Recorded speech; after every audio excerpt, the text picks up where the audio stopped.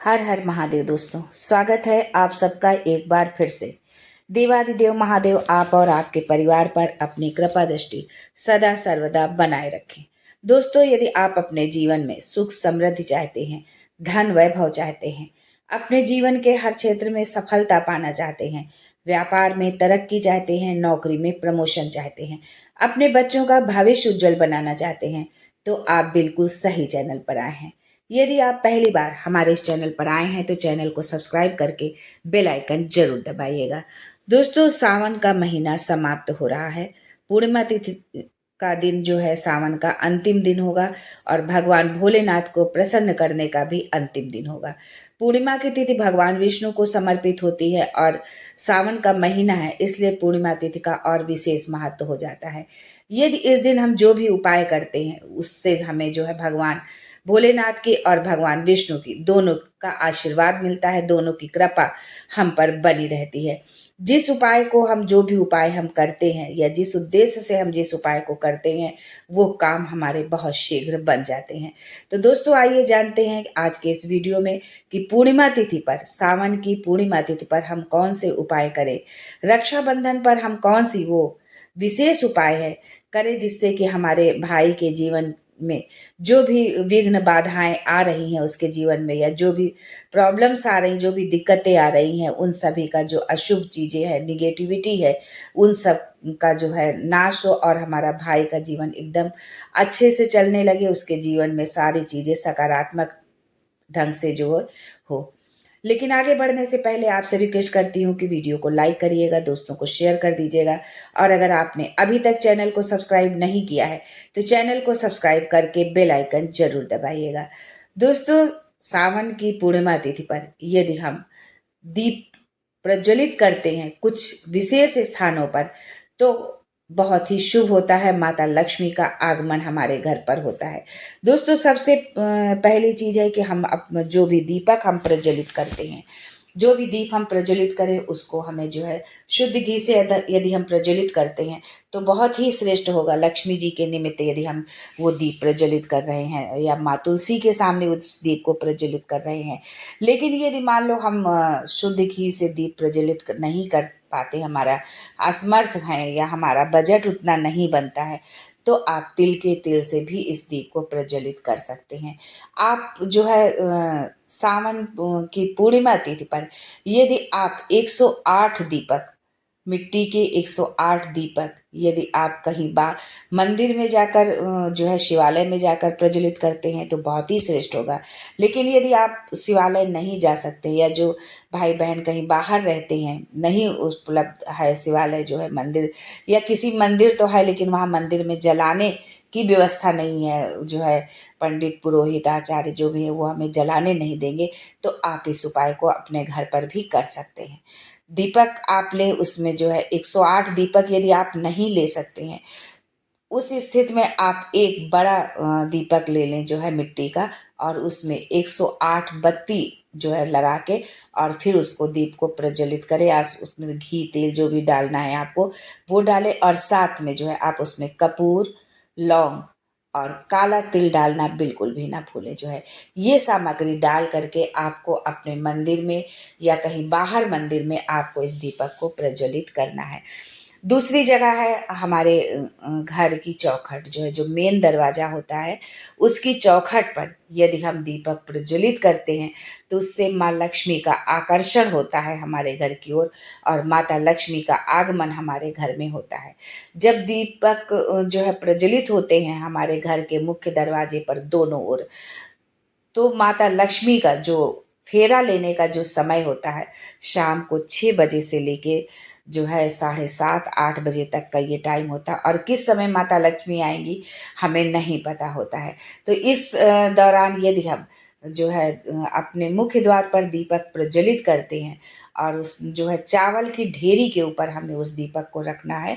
चावल हमारे जो है शुभता का भी प्रतीक होता है, समृद्धि का भी प्रतीक होता है।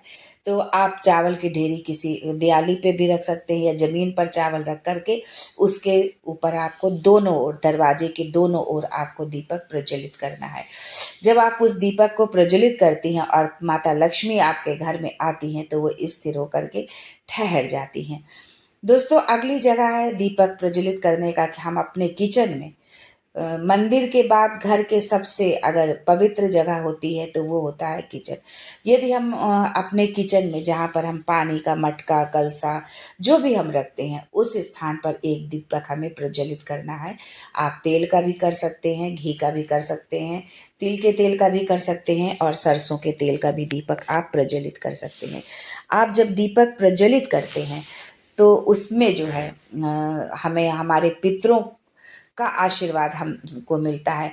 और यदि पितृ किसी वजह से हमसे रुष्ट है या उनका आशीर्वाद हमें नहीं मिल पा रहा है, हमारे किसी काम में रुकावट आ रही है जो है पितृ दोष होने के कारण, या हमारे कुंडली में पितृ दोष है, हमारे काम बनते बनते बिगड़ जाते हैं, तो आप यदि पानी की जगह पर आप जो है दीपक प्रज्वलित करते हैं पूर्णिमा तिथि को, अमावस्या को जो है, तो आपको अपने पितरों का आशीर्वाद मिलेगा, पितरों को शांति मिलेगी और पितृ प्रसन्न होंगे तो हमारे सारे काम जो है बनेंगे और जो भी जिस भी कार्य में हमारे रुकावट आ रही है वो रुकावट भी हमारी दूर हो जाएगी।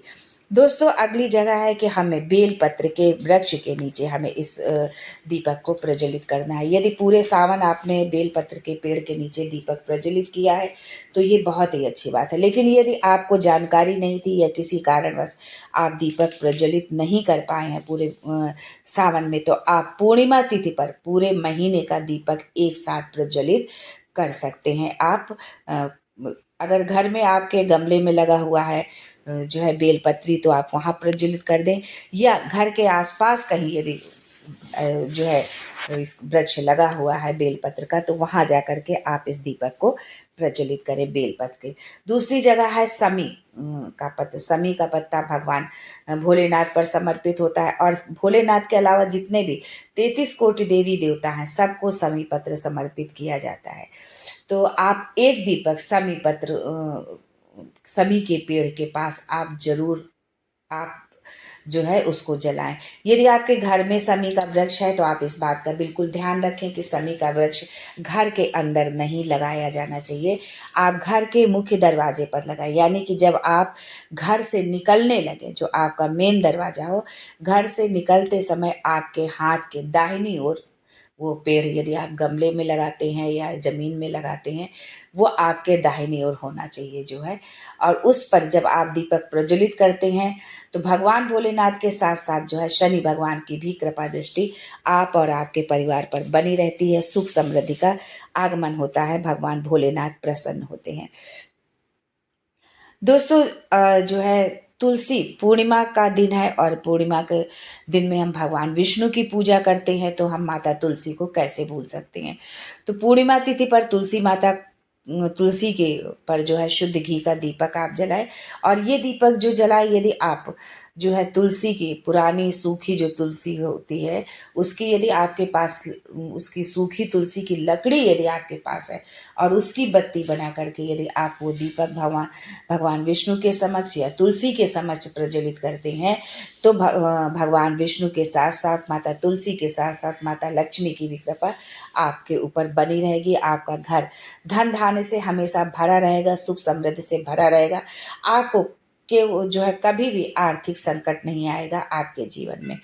तो दोस्तों ये कुछ जगह थी जिन पर यदि आप पूर्णिमा की तिथि पर दीपक प्रज्वलित करते हैं तो आपको सुख, सौभाग्य, धन, लक्ष्मी, रोग मुक्ति, जिस भी कामना से आप इस उपाय को करते हैं वो जरूर पूरा होगा। दूसरी बात, आपको ये हमेशा ध्यान रखना है कि यदि आप शिवालय पर दीपक प्रज्वलित कर रहे हैं तो जलहरी जो होती है वहाँ पर आपको कोई भी सामग्री नहीं रखनी है, ना आपको दीपक रखना है, ना आपको जो भी यदि आप नैवेद्य लगाते हैं या फूल चढ़ाते, कुछ भी आपको जलहरी पर नहीं रखना है।